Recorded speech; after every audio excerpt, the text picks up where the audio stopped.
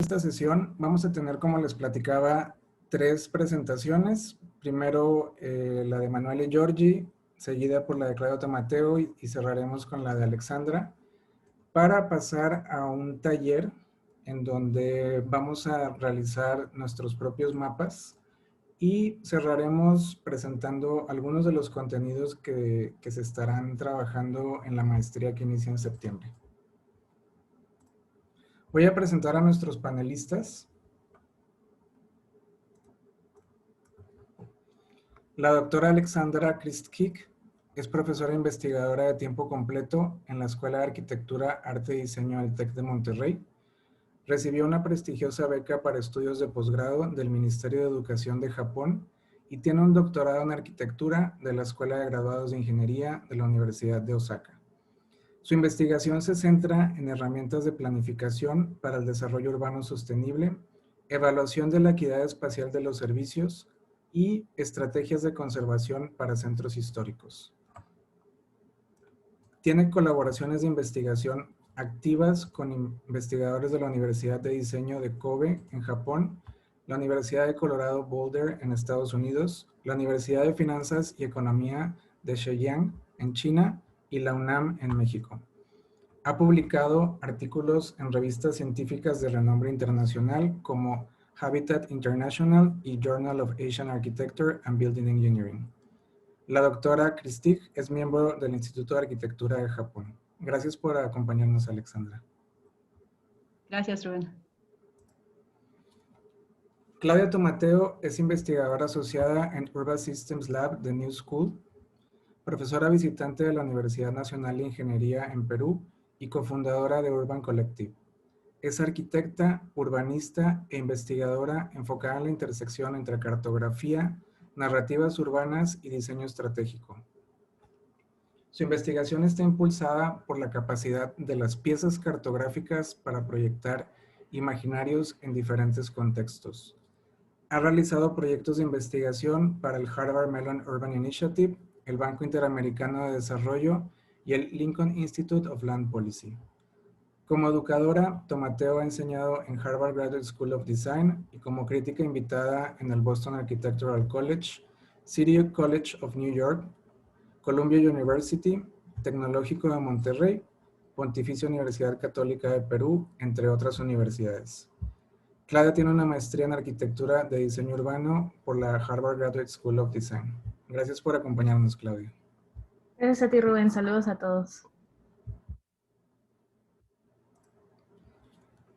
El doctor Emanuele Giorgi enseña e investiga sobre temas de arquitectura social, como edificios comunitarios, cohousing y comunidades vulnerables.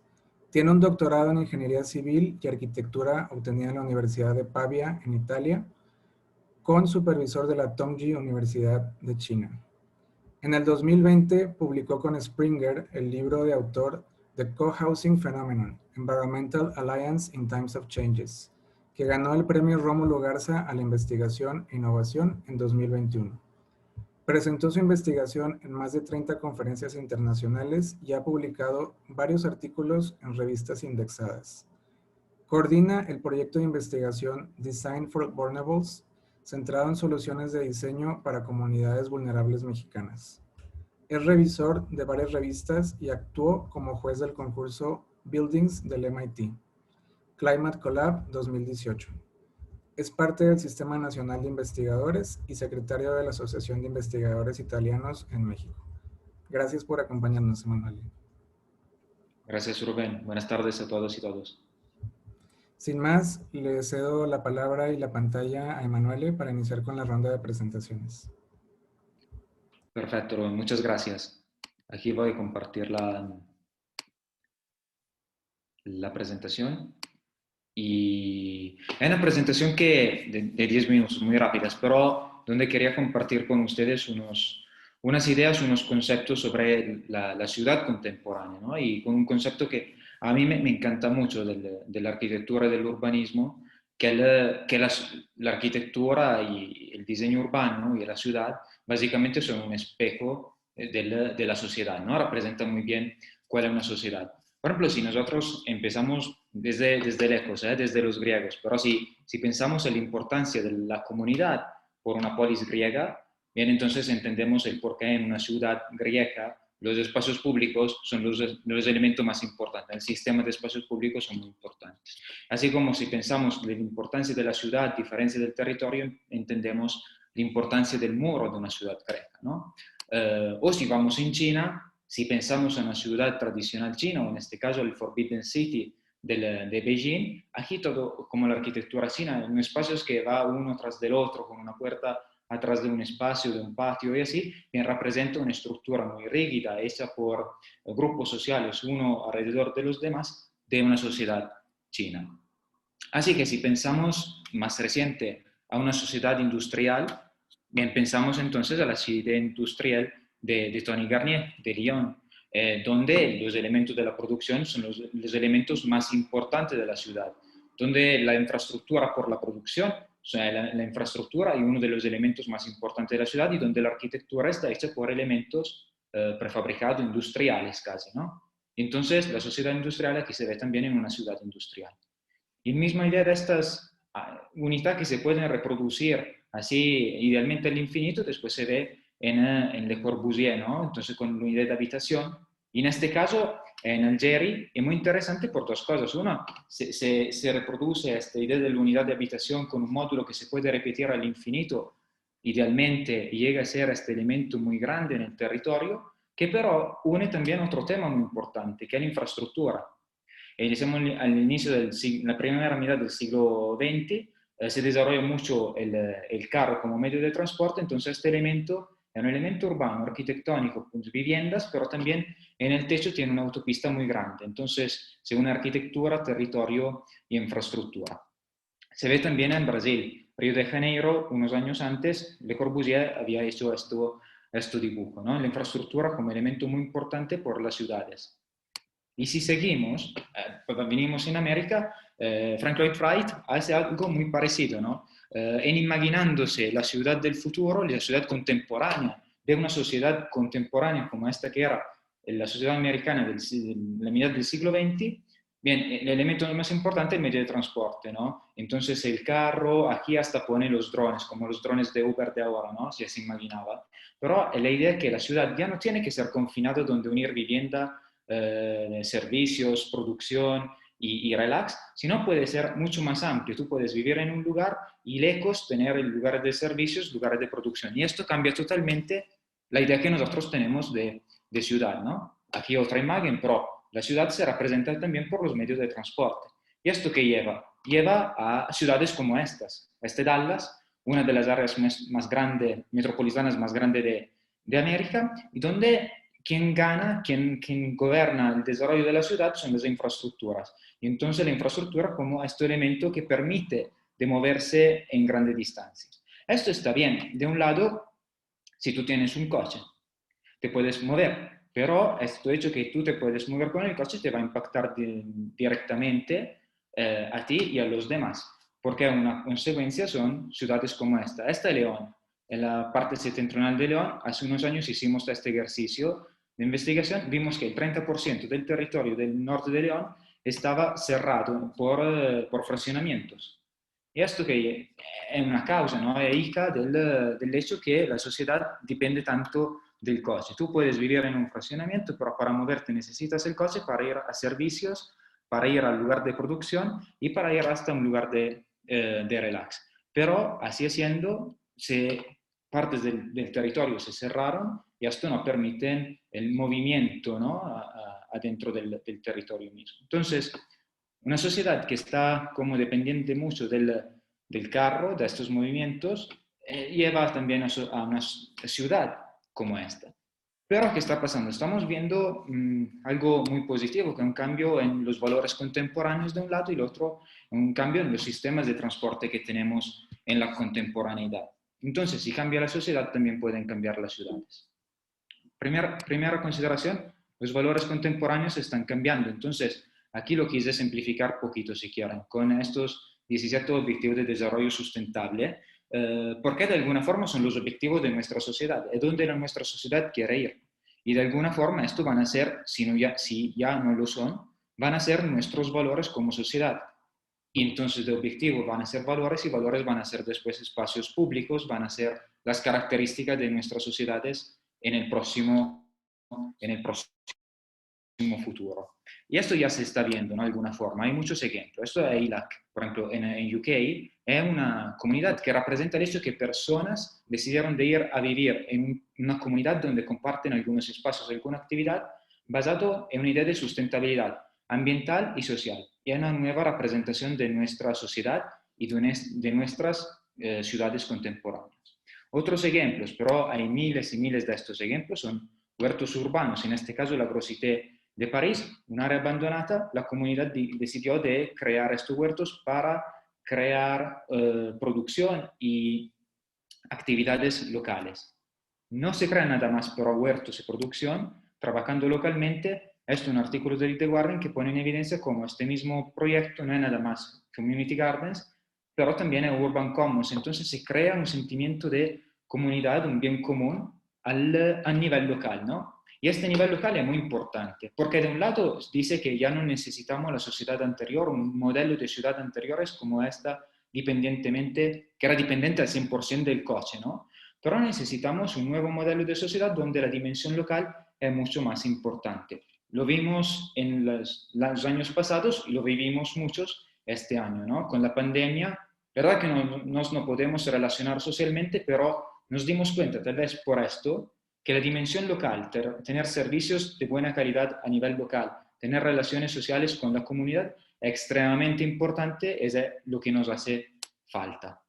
Además de estos, sistemas de transporte están cambiando, decimos, muy rápidamente. Dos filosofías, ¿no? Alguien dice, van cambiando y se va mejorando mucho la velocidad o la distancia.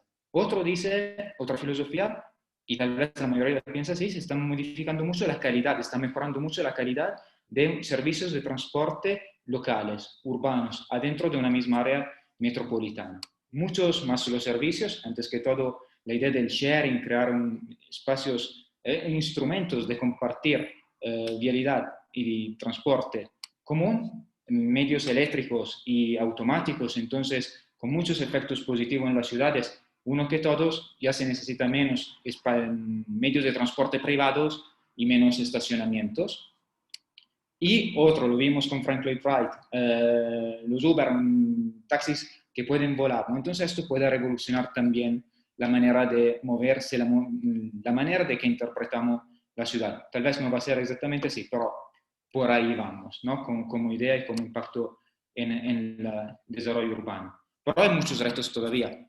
Retos, por ejemplo, del servicio de transporte en áreas rurales o en áreas vulnerables, ¿no?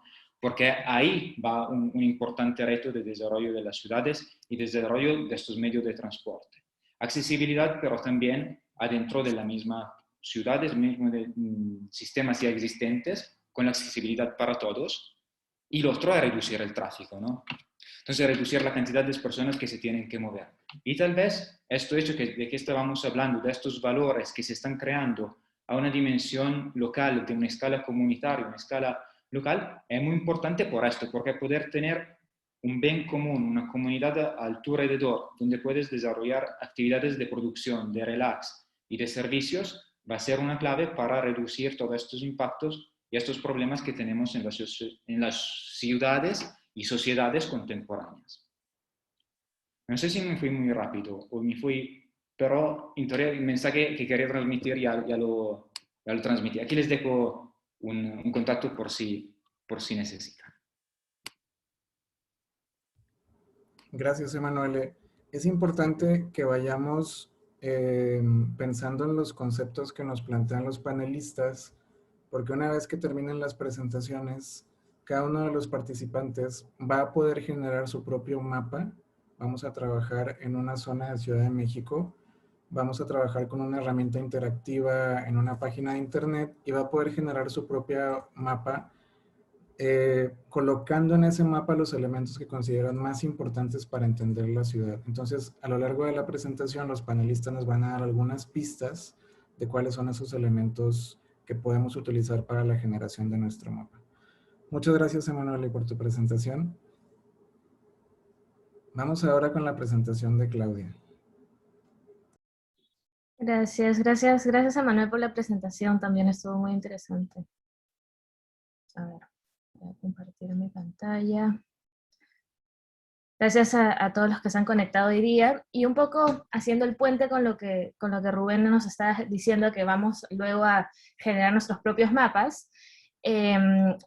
Hice esta pequeña presentación también solo de 10 minutos de cómo podemos hacer mapas, cuáles son estas operaciones cartográficas que podemos utilizar para llevar a cabo nuestra narrativa, ¿no? O lo que queremos decir. Entonces, primero, para definir lo que es el mapping, que bueno, es un concepto muy cargado y que hay muchísima teoría por detrás, pero de una forma muy sintética. Siempre me gusta compartir esta frase de Dennis Cosgrove, que es: el mapa es a la vez un objeto empíricamente arraigado, imaginativamente liberado y liberador. ¿Qué quiere decir eso? Que el mapa es capaz de comunicar nuevas geografías, nuevas formas, nuevas perspectivas para afectar el espacio urbano, y que al mismo tiempo hay una relación de reciprocidad, ya que el espacio urbano puede nuevamente afectar al espacio cartográfico. Un poco en paralelo con lo que decía Emanuel, el espacio urbano afecta a la vida urbana, es una relación parecida, ¿no? De reciprocidad. El espacio urbano afecta al espacio cartográfico, y el espacio cartográfico afecta al espacio urbano. Entonces, esta presentación va a tener 4 partes. Vamos a explicar 4 operaciones cartográficas que se puede usar a través del mapping. Estas operaciones son a partir del texto de James Corner, de Agency of Mapping. James Corner es un arquitecto paisajista británico, por si quieren leer el ensayo, que es muy interesante. Entonces, comenzamos con el drift. El drift sería lo que es la deriva. Y lo que nos dice Corner es que el concepto de mapping ha sido tradicionalmente asignado a la agencia colonizadora de levantamientos de manera topográfica de la ciudad para controlar, ¿no? Entonces, el mapa de Naked City que ven al lado izquierdo es un mapa hecho por los situacionistas que intentaron devolver el uso del mapa a la vida cotidiana y explorar un poco las áreas más reprimidas de la ciudad. Entonces, este grupo de artistas que eran activistas durante los años 50 y 60, querían un poco disrumpir la manera de cómo se estaba pensando el mapping y el acto de hacer mapas, y se quería reflejar un poco más los deseos y las percepciones subjetivas a nivel de calle, entender el tejido de la ciudad no de una manera lineal, sino de una manera más experimental y cognitiva. Entonces, de esta manera el drift, o la deriva, es capaz de mostrar nuevas topografías y reterritorializar la ciudad, ¿no? Entonces, estas flechas, estos pedazos de ciudad que se van conectando entre sí, no necesariamente tienen una relación geolocalizada, ¿no? No quiere decir de que esta flecha en la vida real sea así de larga o no, sino que es una especie de como mapa mental de cómo entender la ciudad. Y bueno, esos son algunos ejercicios cartográficos de entender, por ejemplo, el espacio público no tanto en sus distancias y en sus dimensiones, sino en su relación con otras redes de espacios públicos. Y si nos vamos un poco hacia el tema de la movilidad, por ejemplo, a raíz de la pandemia, en Nueva York se generó todo se impulsó más aún el programa de Open Streets, que es que cierran ciertas calles de la ciudad para uso peatonal, bicicleta, etcétera, ¿no? Y hay diferentes categorizaciones. Me parece, por ejemplo, que las de color naranja son calles que están totalmente cerradas, las de color verde son ciclovías protegidas, donde, por ejemplo, no hay autos, no se comparte. Entonces, un poco comenzar a pensar cuál es la experiencia de la ciudad si tienes una bicicleta, por ejemplo, ¿no? O si solamente quieres caminar por las calles peatonales que están cerradas y no quieres tener ningún encuentro cercano con el automóvil. Y cómo este imaginario de la ciudad puede ir cambiando tu experiencia. Luego tenemos el layering, que es el acto de poner varias capas juntas, ¿no? La superposición de varias capas, que aparentemente pueden ser independientes, al ponerlas juntas engrosa, entre comillas, la superficie. Entonces, a través del layering podemos analizar y sintetizar datos debido a las nuevas relaciones que pueden aparecer, que pueden ser incluso inesperadas, y estas capas van interactuando entre sí, se van informando entre sí. Entonces, de esta manera se crea un nuevo tejido complejo, rico y abierto a un número infinito de interpretaciones.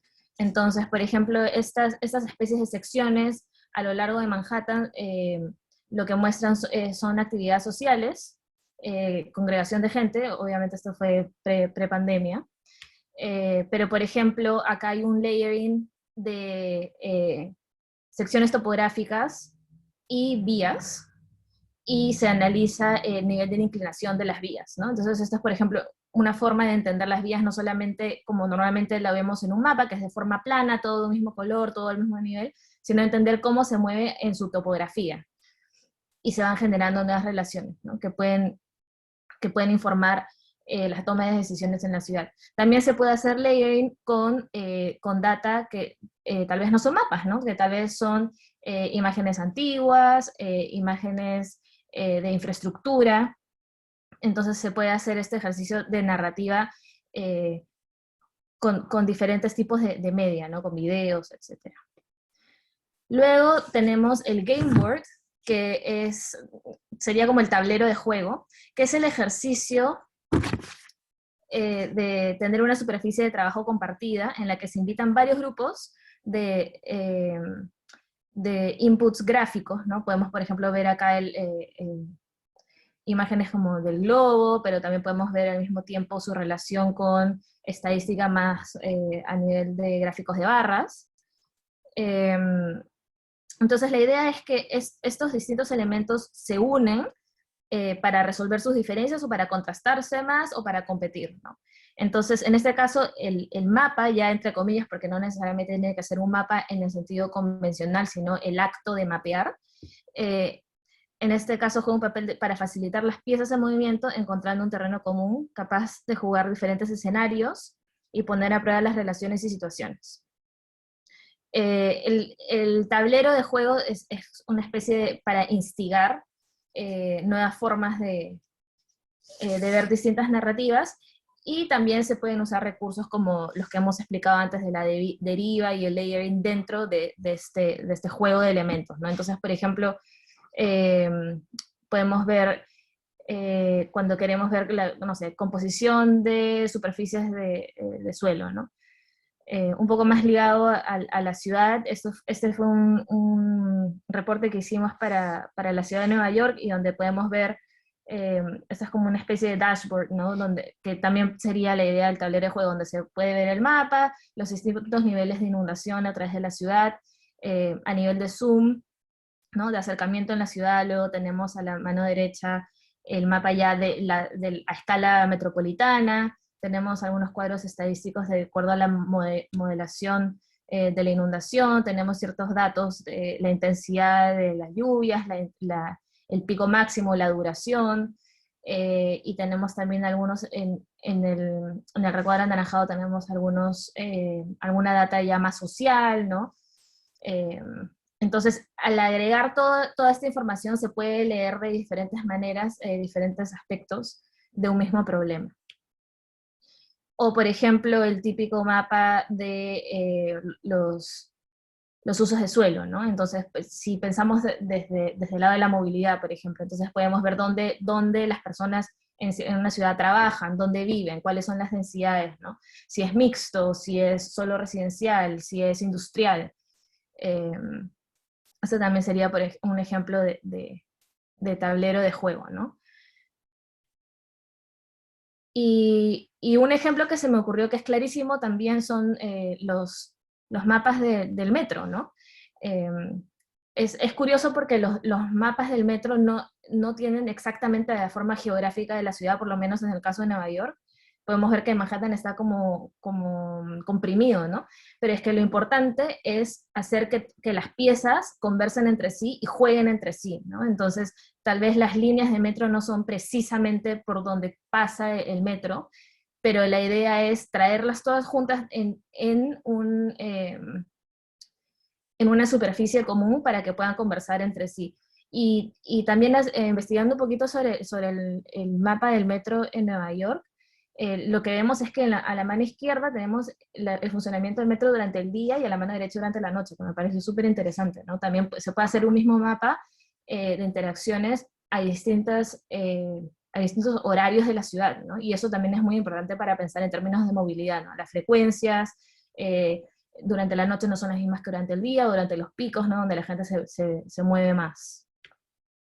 Y al final tenemos el rhizome o el rizoma, que es un poco cuando ya te olvidas de la geolocalización de las cosas, del mapa tradicional entendido, y se empiezan a caracterizar las posibilidades más abiertas e indeterminadas. Entonces, en ese sentido, el rizoma conecta cualquier punto con cualquier otro punto, y no hay ningún principio ni ningún fin, y tampoco es jerárquico. Y la idea es que se encuentra en una continua expansión.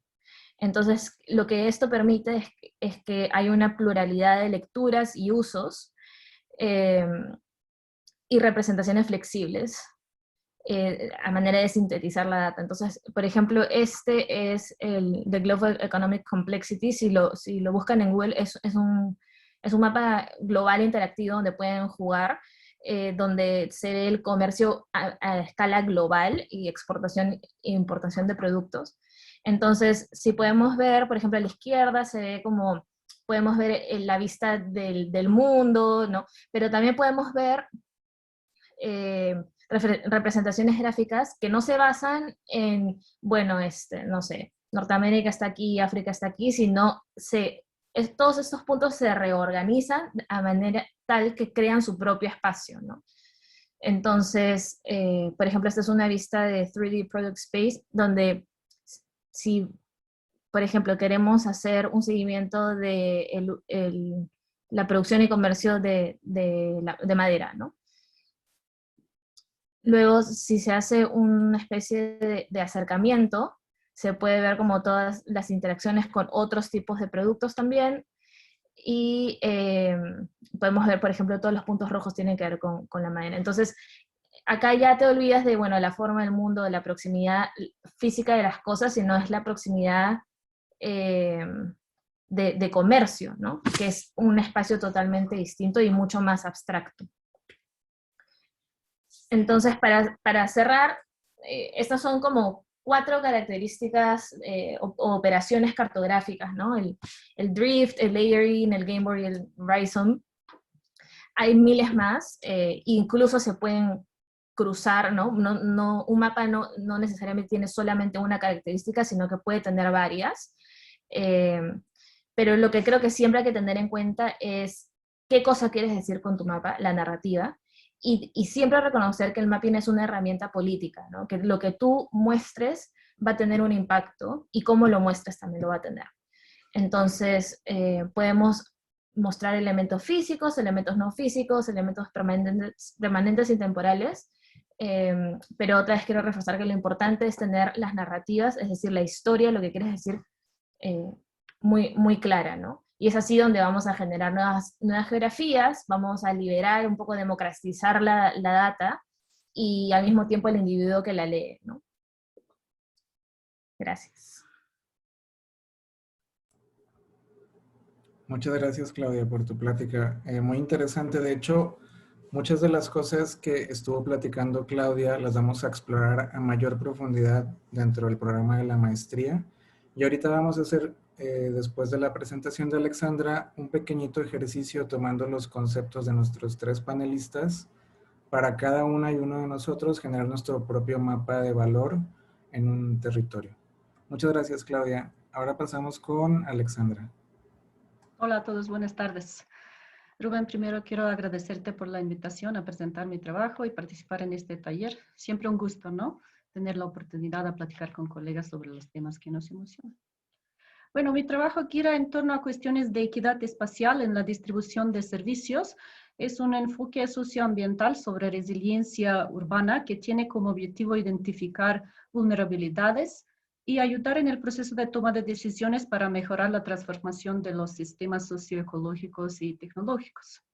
Es un enfoque relativamente nuevo que comenzó a desarrollarse en la última década y se centra en la resiliencia evolutiva de los sistemas urbanos. Es decir, no en las prácticas tradicionales de robustez, tecnocentricismo que intentan devolvernos al estado anterior al shock, sino más bien en lo que no son patrones lineales, inciertos y coevolutivos que caracterizan la relación entre sociedad y naturaleza. Entonces, si reconocemos que las tensiones o conflictos ocurren como resultado de años de desigualdad y omisiones en las políticas públicas y la planificación para abordar estas desigualdades, entonces la pregunta es ¿quién quiere volver al estado anterior si fue malo, ¿no? Para la mayoría. ¿Y cómo podemos utilizar la crisis para evolucionar, ¿no? Y hacer o visualizar mejores futuros, ¿no? Por ejemplo, a menudo leemos hoy que el COVID-19 reveló la injusticia en esto o en otro. Bueno, sí, la falta de acceso a parques o buena comida saludable no es el resultado de COVID, ¿no? Es el resultado de siglos de discriminación y incapacidad para actuar. Entonces, en ese contexto mostraré ahora un parte de mi investigación sobre equidad espacial realizada en el municipio de Atizapán de Zaragoza, donde vivo y trabajo. Es una periferia norte de la zona metropolitana de la Ciudad de México, con uso de suelo predominante residencial e industrial. Muy pocos servicios, un municipio dormitorio, básicamente con profunda segregación socioespacial. Aquí mi trabajo tiene muchas referencias similares con Emanuel y Claudia. Por ejemplo, me acuerdo al primer ley de geografía de Tobler que dice que todas las cosas son relacionadas, pero cosas que son más cercanas son más relacionadas, ¿no? Entonces, en ese sentido me di cuenta el error que tenemos en el diseño de nuestras ciudades, porque en Atizapán de Zaragoza, por ejemplo, los barrios tienen tanta segregación que yo no tengo ninguna razón de ir en otro barrio que es muy próximo de mío, pero tengo que ir en el centro de la ciudad, me toma 2 horas para llegar y lo hago diariamente, ¿no? Entonces tengo más relación con cosas que son más lejanas, ¿no? Entonces no es lógico, ¿no? Construir ciudades de esa manera, pero ya lo hacemos, ¿verdad?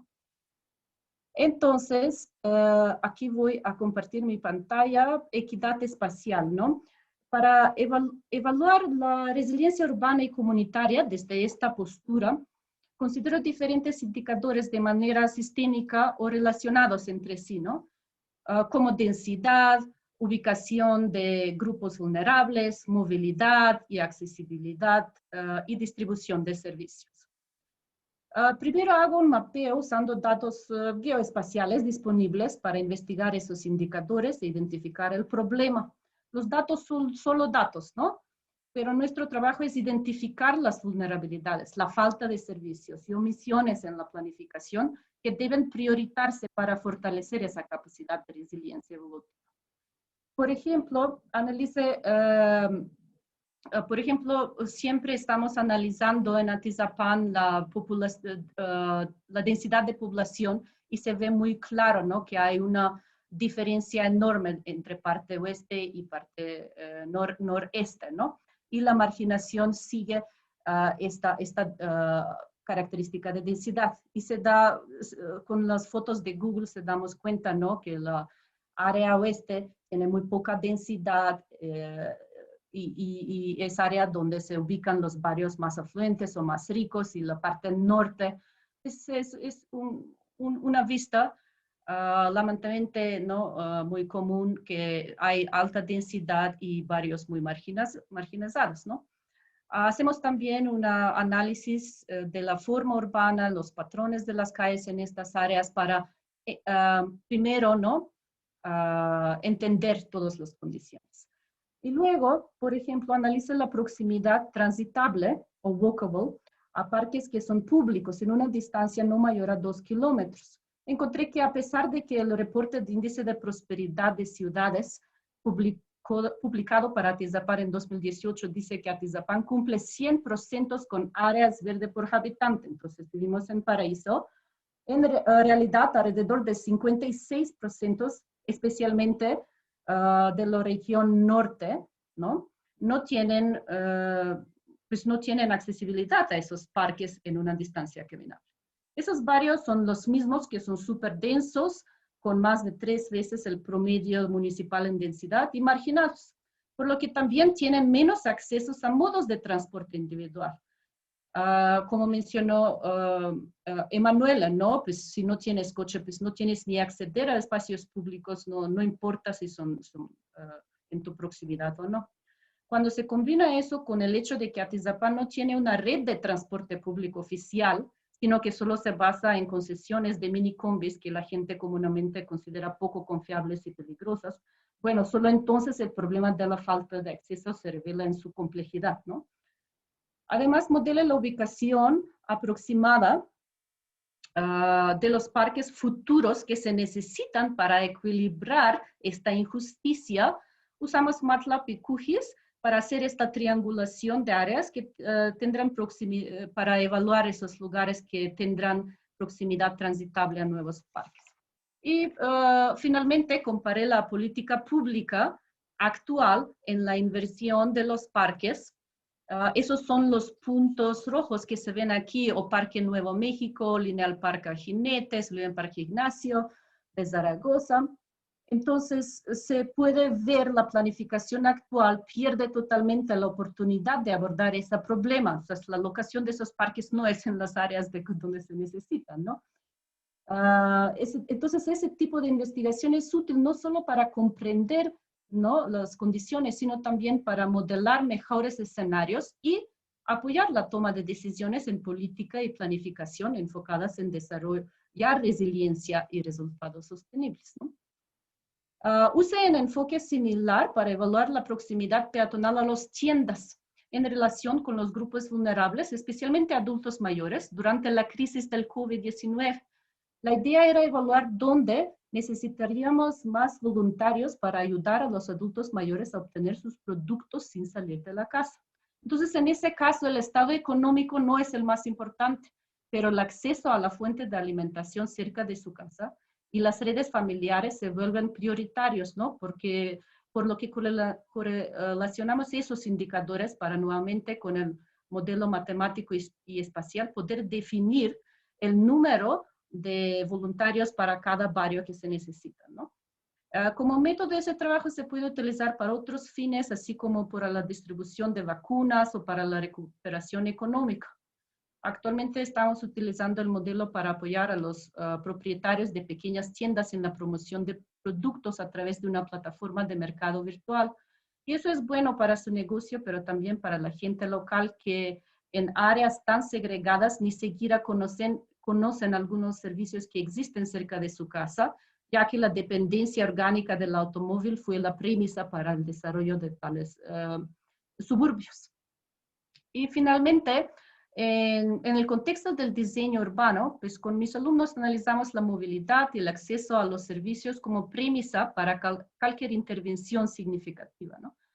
Trabajamos en la rehabilitación del Parque Nuevo México, que es una gran área pública abierta con muchas oportunidades, pero fragmentada de sus alrededores y de acceso increíble difícil. Uno de esos lugares donde corres por tu vida, ¿no? Cruzando una calle de 20 metros para llegar al parque y luego tienes que caminar 1 kilómetro para un alambre de púas para encontrar la única entrada que no tiene rampa y ver que no hay parque infantil, los baños son cerrados, no hay agua potable, no hay muebles para sentarse y muy poca sombra, ¿no?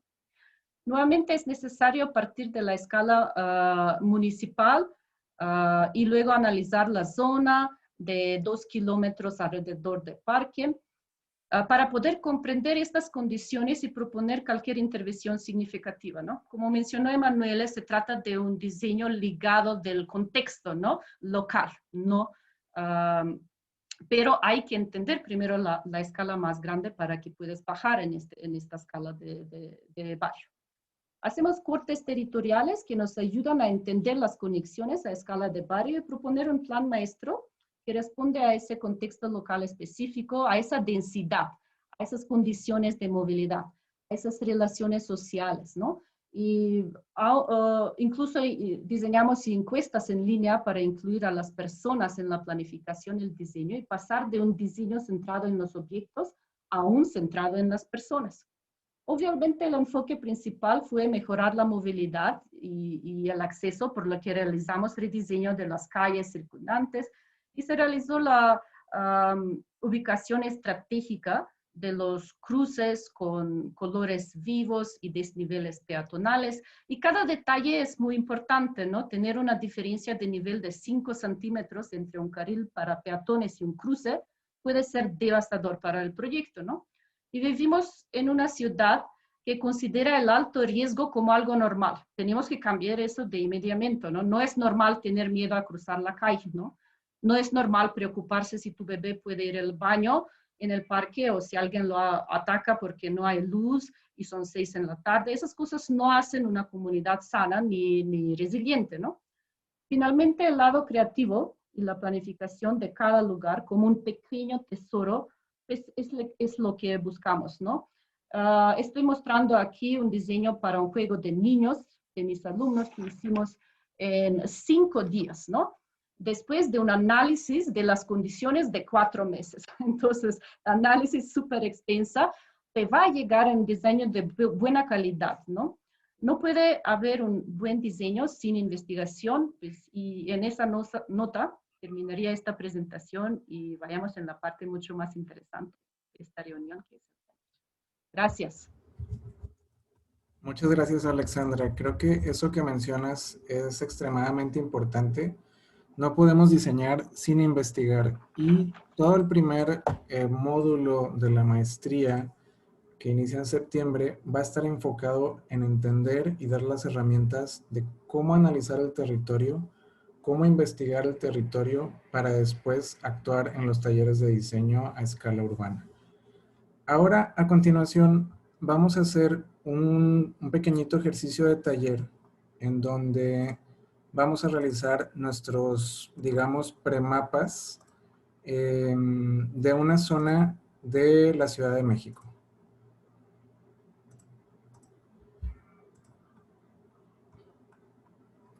El espacio donde vamos a trabajar este taller es Distrito Tlalpan.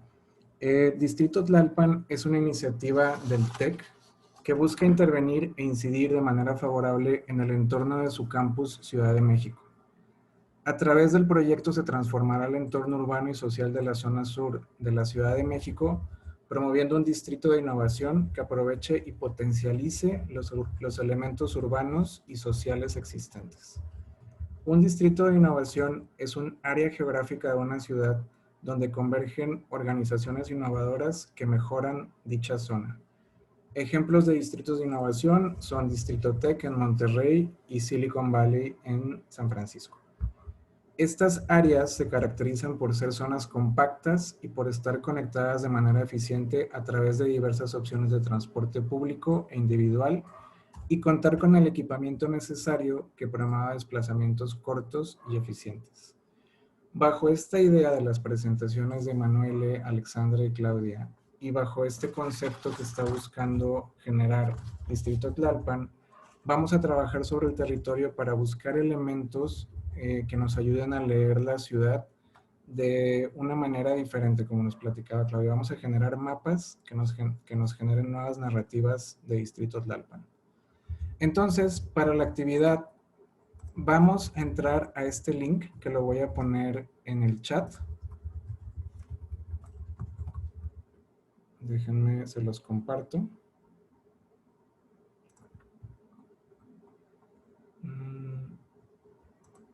Se me perdió el chat.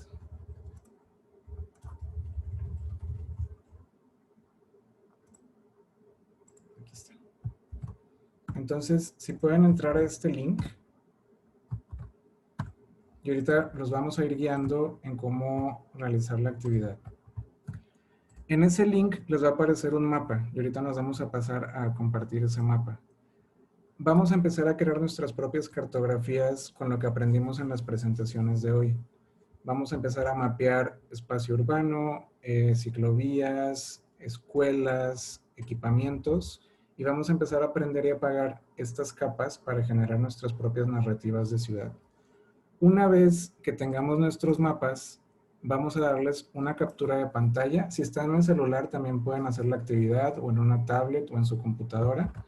Y las vamos a subir a la liga de Google Drive que está ahí, tinyurl.com, subir MDU. Y de esta manera vamos a tener un cúmulo de diferentes visiones de cómo podemos leer la ciudad. me voy a cambiar a explicarles cómo funciona la herramienta para que empecemos a generar nuestros propios mapas de ciudad.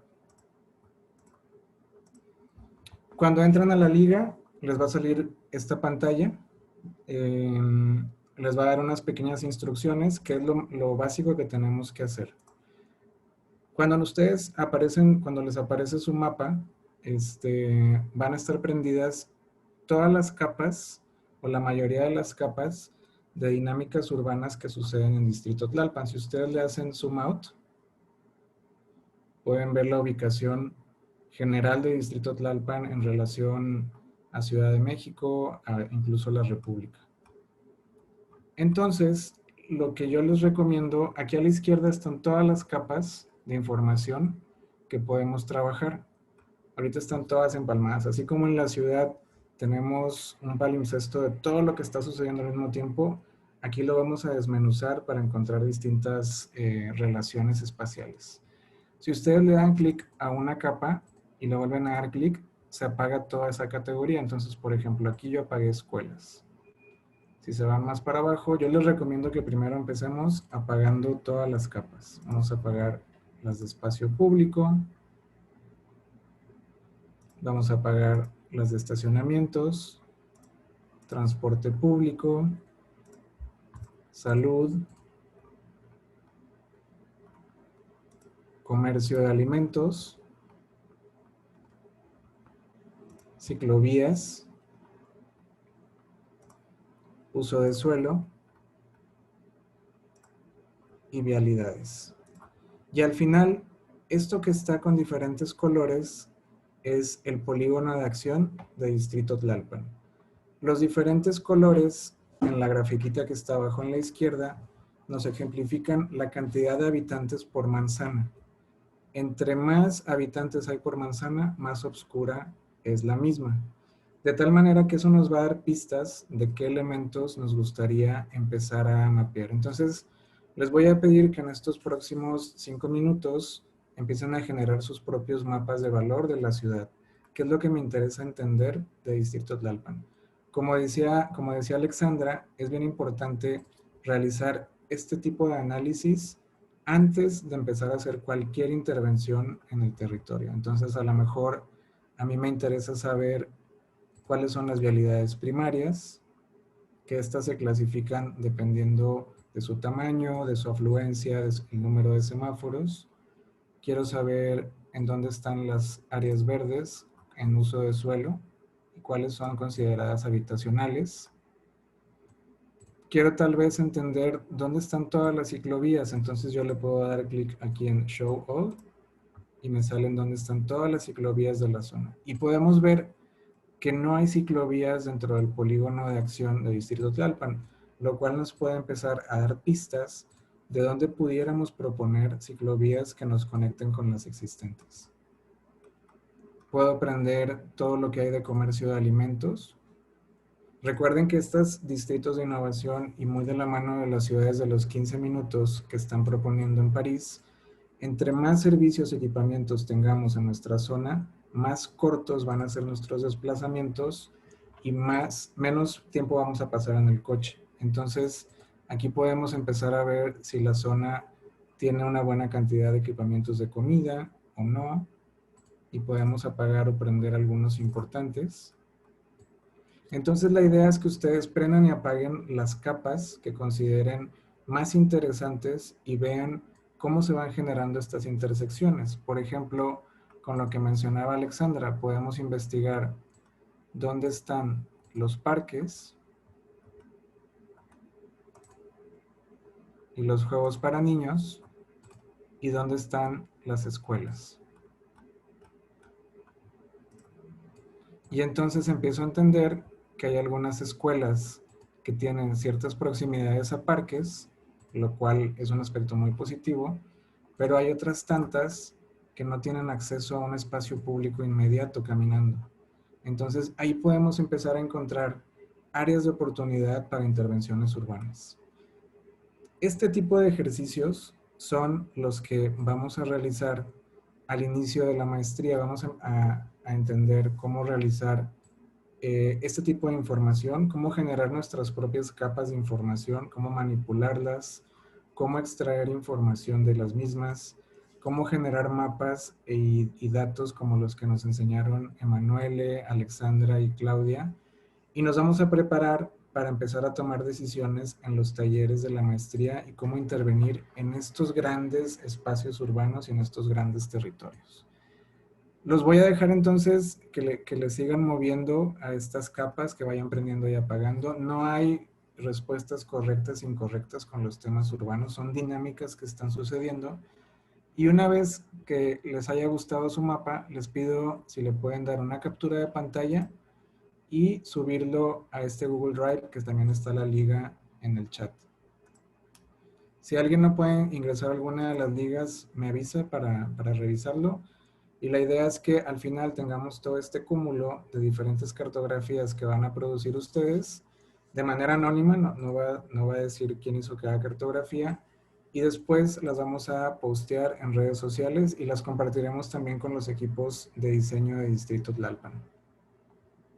Rubén, hay una pregunta en el chat acerca de a qué escala se va a trabajar, y supongo que eso es variable, ¿no? Depende de la data que vas a utilizar, ¿no? Entonces, en algunos casos, supongo que puede haber alguna capa, alguna data que tenga mucho más sentido, que sea enfocado a un espacio público específico, por ejemplo, mientras otras van a ser a nivel más barrial o distrital. Sí, exactamente. Como menciona Claudia, ustedes deciden la escala. Es como cuando estamos usando Google Maps, que queremos ver dónde están las gasolineras o las escuelas o los restaurantes en mi zona y le hago zoom out para saber cómo llegar. Y una vez que ya estoy llegando a mi punto de destino, le hago zoom in y veo otras cosas que están sucediendo. De igual manera, a lo mejor a mí me interesa ver más el comportamiento general de la zona en cuanto a escuelas, o como platicábamos ahorita, me interesa más saber por qué en esta zona no hay espacio público, qué otras cosas están sucediendo. Entonces, la generación de esos mapas depende mucho de los intereses que tengan ustedes y es lo que platicábamos en las presentaciones. Los mapas son herramientas para generar nuestros propios puntos de vista de la ciudad y generar conclusiones para proponer proyectos. Entonces, ustedes a lo mejor no les interesan las escuelas, entonces las apagan y tal vez les interesa más el tema de dónde están las canchas, los centros deportivos, bibliotecas, teatros contra estacionamientos. Y entonces podemos ver cómo tal vez un proyecto podría ser, estas planchas de estacionamiento se pudieran comportar como espacio público tal vez. Y entonces vemos que aquí en esta zona que no tenía espacio público para estas escuelas, sí tiene muchas planchas de estacionamiento. De tal manera que un proyecto pudiera suceder ahí como convertir planchas de estacionamiento en espacio público. Y de ahí se deriva la importancia de la cartografía y el entendimiento del territorio por medio de la investigación. Y esto lo vamos a explorar a mayor profundidad en la maestría. Ahorita las capas las generamos nosotros para que ustedes practiquen con las mismas y hagan sus ejercicios. Pero en la maestría les vamos a dar las herramientas para que ustedes generen sus propias cartografías desde cero. Y entonces puedan empezar a proponer proyectos que transformen sus ciudades. Que puedan proponer de manera fundamentada y con investigación proyectos de diseño urbano que transformen cómo vivimos nuestras propias situaciones de ciudad. Entonces, me encantaría que pronto empecemos a ver aquí capturas de pantalla de sus mapas. En lo que siguen haciendo sus mapas, prendiendo y apagando capas, explorando, haciendo zoom in y zoom out, yo les voy a platicar un poquito sobre la maestría.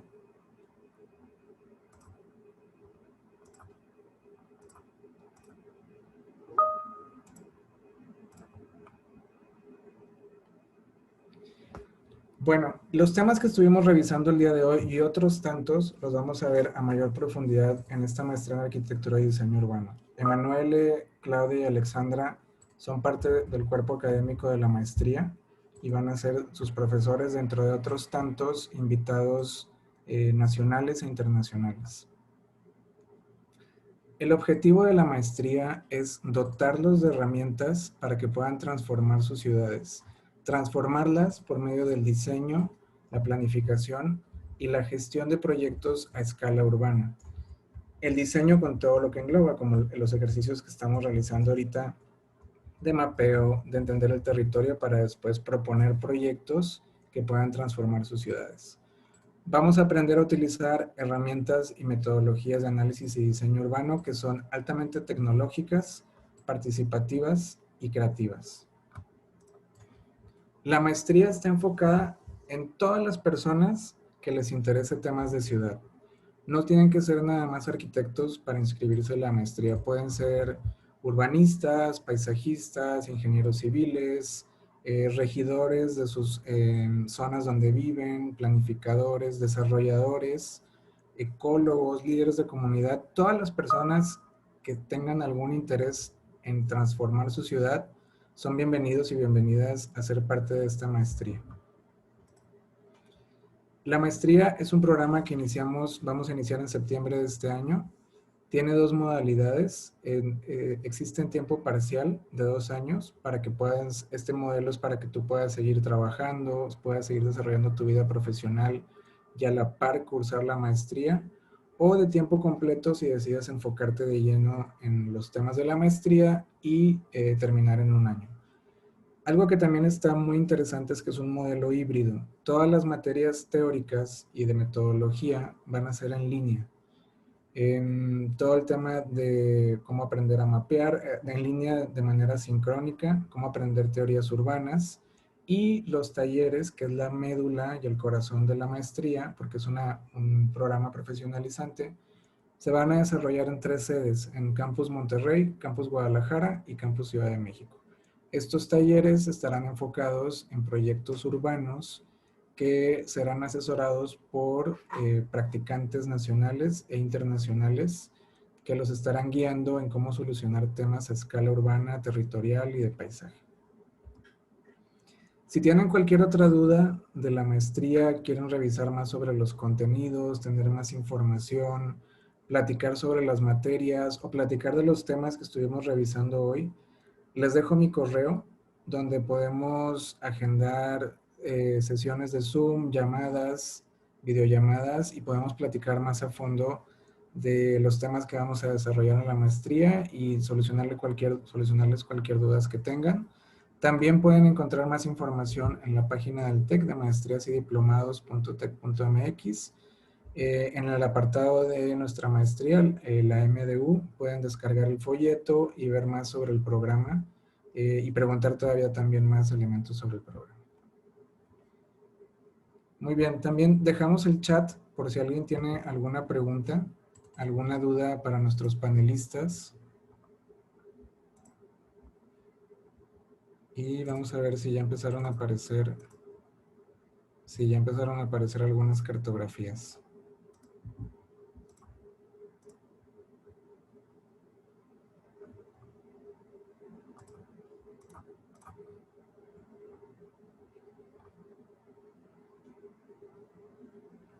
Me preguntan en el chat, ¿puedo proponer cartografías y temas de mi ciudad en la maestría?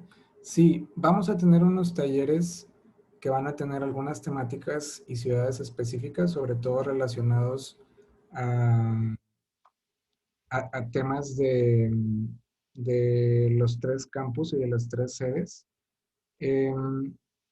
Pero eso nos va a dar herramientas para que va a haber un taller para relacionar y desarrollar temas propios que queremos explorar de urbanismo. También dentro de las materias teóricas y metodológicas vamos a poder explorar los temas que nosotros queramos desarrollando inquietudes urbanas que tenemos o transformaciones del territorio en donde vivo o de mi ciudad.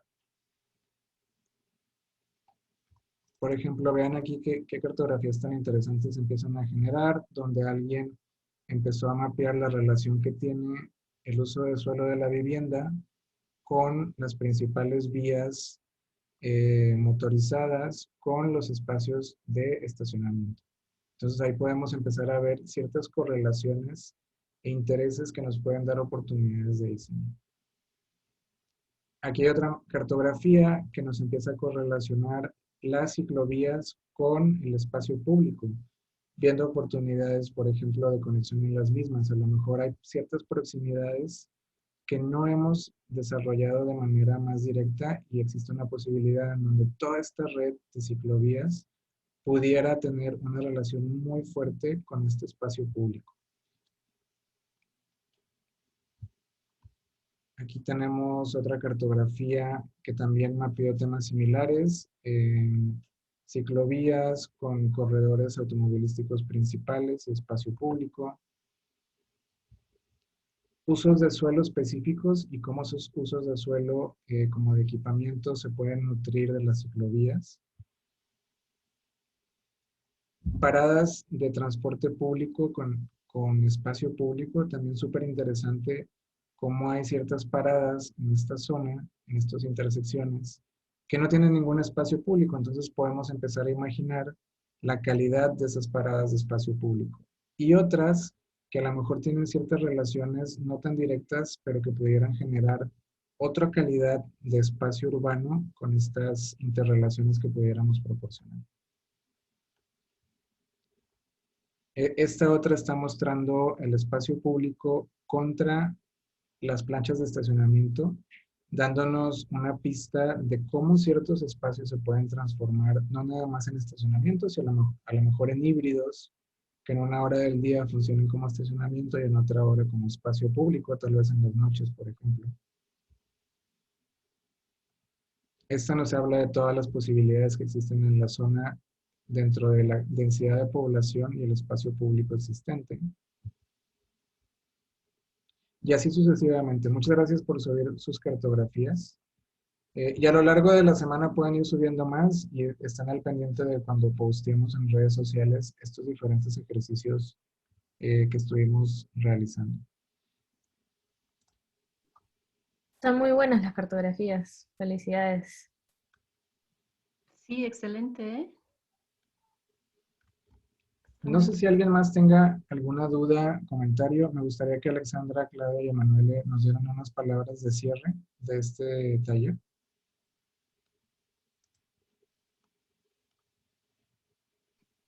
Voy empezando yo si quieren.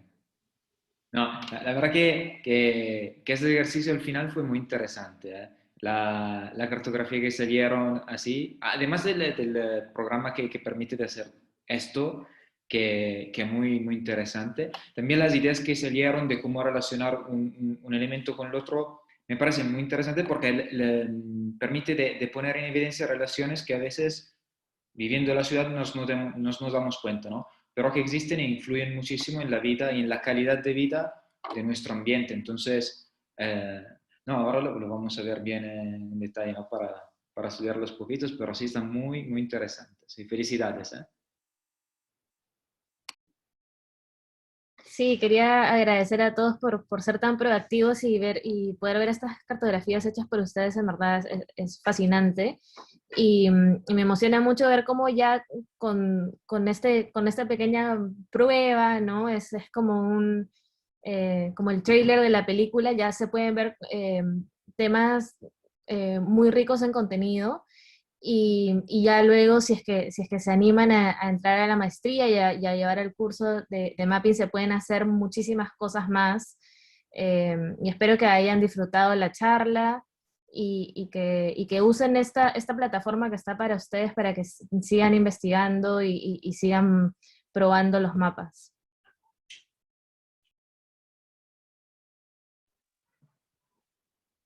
Muchas gracias a todos, felicidades, se ve todas las mapas súper interesante y yo soy muy emocionada, muy emocionada a participar en la maestría también, porque pues la ciudad es una cosa muy compleja, ¿no? Y necesitamos todas las visiones, ¿no? Necesitamos incluir a todos y todas y compartir nuestras experiencias para hacer mejor ciudades y eso sí lo necesitamos mucho. Muchas gracias, sí, por ser tan activos en el workshop y ojalá nos vemos en agosto. Gracias. Muchas gracias, Emanuel, Alexandra y Claudia. Gracias a todos por su participación. Cualquier duda, les dejo mi correo en el chat. y también esta presentación la subiremos a nuestras redes de la EAD, junto con la presentación que tuvimos hace un par de semanas, en donde nos acompañaron gente de Infonavit, del Ministerio de Vivienda de Chile y del Implan de San Pedro. Estén atentos de sus redes sociales para más pláticas. Estaremos haciendo y expandiendo este ciclo de conferencias. Muchas gracias a todas y todos y que pasen muy buenas noches. Hasta luego. Hasta luego, bye. Muchas gracias. Bye. Muchas gracias, buenísimo. Gracias, buenas tardes, buenas noches a todos. Gracias, gracias. Gracias, buenas noches. En redes sociales nos pueden buscar como EAD y como TEC de Monterrey. Y ahí estamos posteando a cada rato los siguientes eventos y las siguientes actividades. Muchas gracias.